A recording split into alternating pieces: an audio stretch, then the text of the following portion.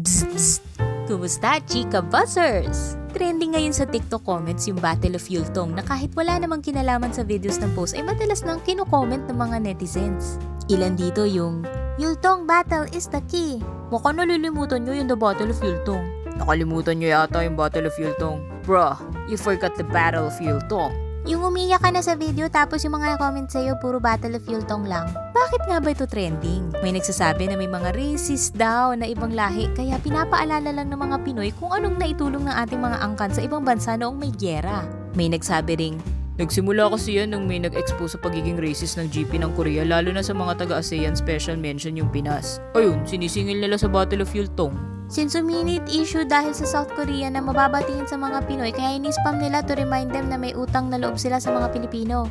Meron namang dahil daw sa pambubuli ng China sa mga seafarers sa West Philippine Sea. May comment din na, parang nag-spy kasi daw yung China gamit TikTok kaya parang pinapahiwatig daw nila natalo ng 900 na Pilipino ang 40k na Chino. Pero marami rin yung naiinis sa trend na to.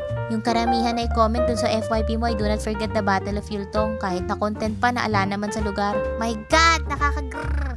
Sa pang Battle of Yultong, babarahin na talaga kita. Toot! Battle of Yultong na yan, nakakaumay na sa TikTok, lagi nasa Comsec. Ano nga ba ang Battle of Yultong? Ang Battle of Yultong, na kilala rin bilang labanan sa Yultong Bridge, ay naganap noong Korean War sa gabi ng April 22 hanggang madaling araw ng April 23, 1951 sa Yultong na ngayon ay Yeoncheon, South Korea. Ito ay isa sa mga pinakatanyag na labanan na kinasangkutan ng Philippine Expeditionary Forces to Korea o PEFTO, partikular ang 10th Battalion Combat Team o BCT na kilala bilang The Fighting Filipinos. Sa labanang ito, napaharap yung 900 na sundalong Pilipino sa libo-libong Chinese People's Volunteer Army o PVA soldiers na naglalayong bawiin yung kontrol sa United Nations defensive line. Sa kabila ng pagiging outnumbered, ipinakita ng mga Pilipinong sundalo yung kanilang katapangan at kahusayan sa pakikipaglaban. Pinamunuan ni Lieutenant Colonel Janicio Ojeda ang 10th PCT sa pagdepensa sa kanilang mga posisyon.